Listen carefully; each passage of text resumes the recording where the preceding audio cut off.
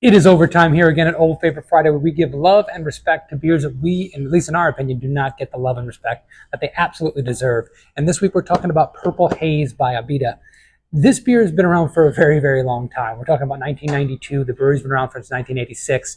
We've covered a lot of breweries that started in kind of the late 80s, or this is mid 80s, but into the kind of early 90s. It really laid the foundation for the craft brewing industry we have today. And talking about Abita, we haven't talked about them before on Old Favorite Friday, and that's kind of a shame because this was a early craft brewery that was doing a lot of distribution throughout all the country, and definitely was. I mean, I'm sure you guys can tell me in the comments or let me know your favorite beers from Abita back in the day. But this brewery turned people on to craft beer probably in a larger way than most breweries out there today, because they were the early adopters. They were doing craft beers in different styles that people hadn't seen before, especially being made by an American brewery.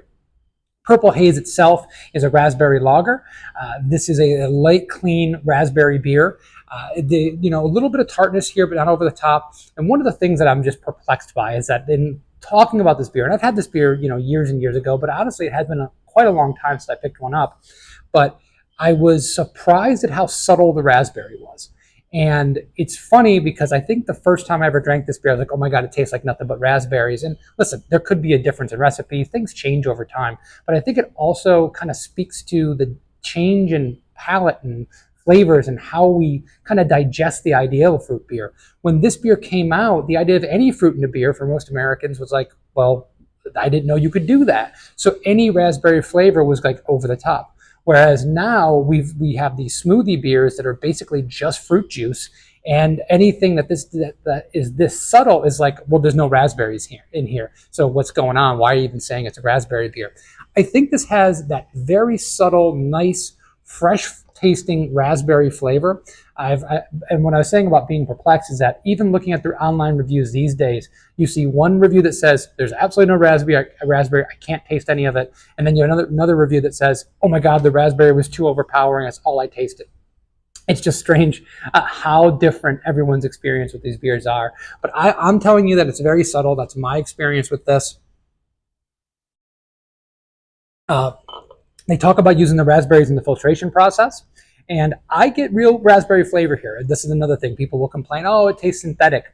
I have used raspberry extracts. I have used raspberry in every conceivable form in the brewing process, and at least the aroma and the flavor to me in this beer seems very authentic.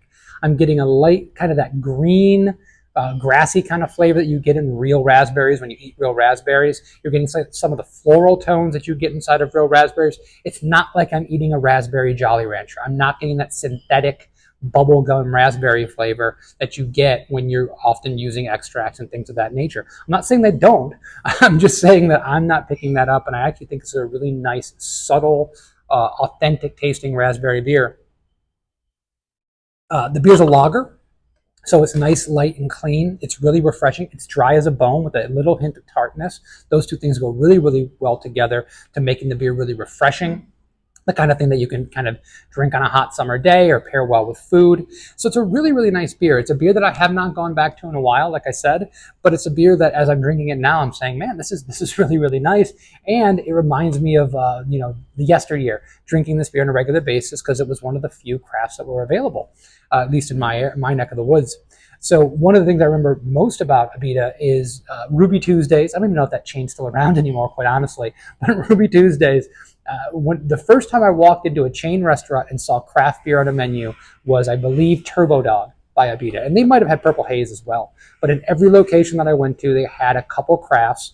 Sierra Nevada might have been involved in that as well. But I was like, man, craft beer, like specialty beers I'd never seen before. I probably didn't even know the term craft beer at the time when I first saw it.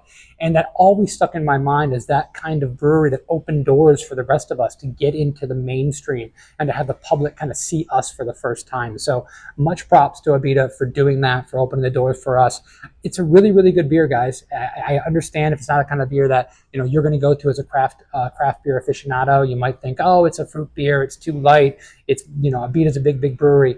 Don't sleep on it. It's really nice. It's well balanced.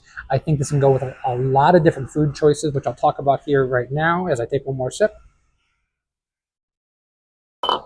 So, the easy go-to is something like a chicken salad with like a raspberry vinaigrette, right? You're just accentuating the raspberry flavor. You're adding in a little bit of acidity, which goes really well with raspberry. So that's kind of like a no-brainer. But what I'm thinking with this dish is something more like a lime chicken with like a Mexican spice rub. You do some cumin, some chili powder, grill the chicken, a little zest of lime over the top of it, serve it with some nice rice. Lime and raspberry are wonderful together. That works perfectly. Lagers go well with some spicier kind of grilled fare. So I think that would go really, really well together.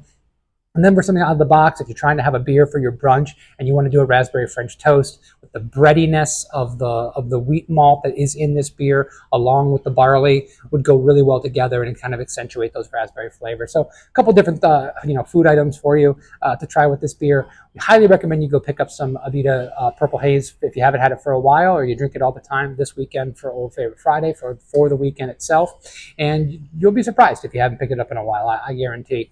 Please also continue to tell us what we should be drinking for Old Favorite Friday. Please poke around the channel, see more of our videos talking about great craft beers that we think get slept on too often, and continue to watch more of our videos about food and beer pairing, something we've been doing more and more of these days, and we're really proud of. We hope to see you next week. Cheers.